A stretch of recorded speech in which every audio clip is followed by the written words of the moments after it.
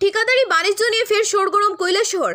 26 June বুধবার কৈলাসহরের airport সংলগ্ন ধর্মনগর কৈলাসহর সড়ক থেকে চৌধুরীপাড়া হয়ে উত্তর গুলদারপুর বাঁধ পর্যন্ত সড়কটি সংস্কারের কাজে হাত দেয় ঠিকাদার।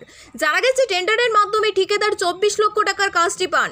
বুধবার ঠিকাদার শ্রমিক সহ রাস্তার কাজে হাত দিতেই কয়েকজন অপরিচিত যুবক কাজের দায়িত্বে থাকা দুই যুবক সহ শ্রমিকদের মারপিট করতে থাকে। এই ঘটনায় দুই যুবক সহ মোট 4 জন আহত হয়েছেন। তার মধ্যে সন্তোষ সিনহা ও আব্দুর রূপ নামে দুই যুবক গুরুতরভাবে আহত হয়েছেন। বর্তমানে তাদের সিটি স্ক্যান করা হয়েছে। তাদের মাথায় গুরুতর আঘাত লেগেছে। আহতদের বর্তমান ঊনকোটি জেলা হাসপাতালে চিকিৎসা চলছে। আহতরা জানায় তাদের উপর কয়েকজন অপরিচিত যুবকরা তাদের উপর আক্রমণ সংঘটিত করে।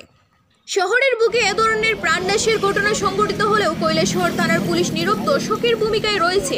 এদিকে এই ঘটনা সংঘটিত হওয়ার পর যখন তীব্রমতা দলের চণ্ডীপুর বিধানসভা কেন্দ্রের বিজিত প্রার্থী রঞ্জন সিনহার বাড়িতে মামলা লেখার কাজ চলছে, তখন হঠাৎ করে রঞ্জন সিনহা খবর পান রাস্তার ধারে তিনি যে গাড়িটি রেখেছেন সেই গাড়িটি ভাঙচুর করা হয়েছে।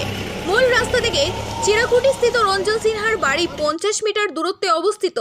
গাড়ি ভাঙচুরের ঘটনায় রঞ্জন সিনহা প্রকাশ্যেই জানান যে গাড়িটি যারা ভাঙচুর করেছে এরা সকলেই শাসক দলের সমর্থক। তাদের প্রত্যেকের বাড়ি চণ্ডীপুর বিধানসভার অন্তর্ভুক্ত বিভিন্ন এলাকায়। এই ঘটনায় কৈলাসহর মহকুমা জুড়ে তীব্র উত্তেজনা বিরাজ করছে। এই ঘটনার সাথে তীব্রমতা দলের কোনো হাত না থাকলেও রঞ্জন সিনহার গাড়িটি ভাঙচুরের ফলে এই ঘটনায় তীব্রমতা দল যুক্ত রয়েছে বলে রঞ্জন সিনহা জানান। আমি খাওয়া দাওয়া করে বাইরে দেখি কিটা গাড়ি ভাঙছি। আমার গাড়ি কেন ভাঙছে? এর আগে এখানে আমি কিছু আনাগুনা দেখছি, কিছু গুলাপান আসা যাওয়া করতেছে। তো আমি অসিরে ফোন করছি, কয়েকবার ফোন করছি। কোনো একটা ঘটতে পারে, কিন্তু অসি অনেক যখন ঘটনা ঘটার পরে এখন অসি পুলিশ পাঠাচ্ছে।